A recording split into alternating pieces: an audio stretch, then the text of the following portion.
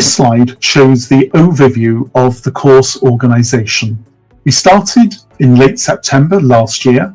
We came to an end in mid-December, and the students went through a number of weeks where each week they studied a particular topic, focusing on their development and understanding of climate change and climate change education.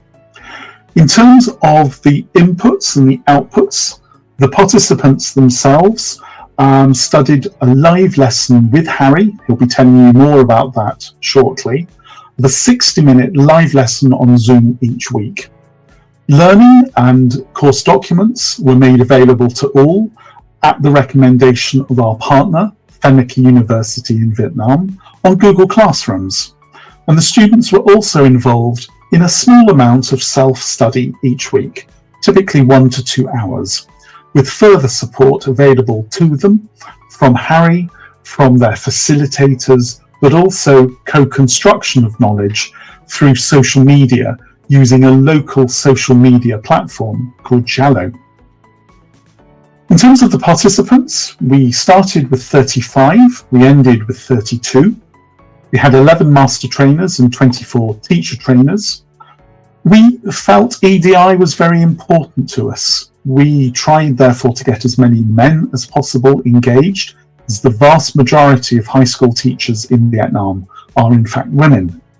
We targeted teachers working with students in years 10, 11 and 12, but we also wanted our participants to have a good knowledge of language, increasing the likelihood of their ability to understand new vocabulary, new terminology, new ideas linked to the topic, and for them to be able to share it with their colleagues. Because remember, this project is all about our 35 participants sharing their learning with their teacher, colleagues and peers at the end of the programme. Importantly, the participants came from different parts of Vietnam. We didn't just want people from the main cities where the majority of the population lives, but we deliberately chose to engage with teachers in rural areas and in mountainous areas for 2 reasons. To make sure that there was this spread throughout the country of teachers able to share their learning with their colleagues, but also, crucially, the interchange and exchange of information on what was happening in terms of climate change in different parts of the country itself.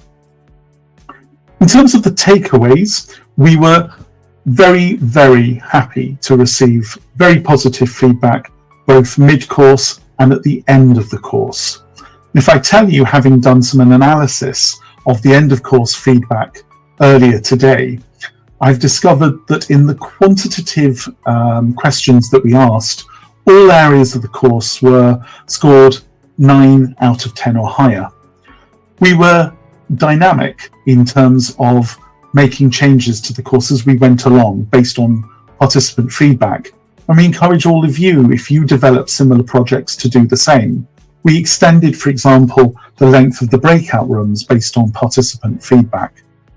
We were delighted to see that the programme had a positive impact on the life of the participants that was rated on average 9.71 out of 10, and that 31 out of 32 of our participants have stated that their action plan, which Harry will now be talking to you about, has actually started to be put into action. I'll now hand over to Harry, who will talk us through some of the synchronous and asynchronous tasks that we were involved in. Harry, over to you. Thank you very much. And if you would be so kind to continue with the slides, that would be amazing, as I don't currently have control of those.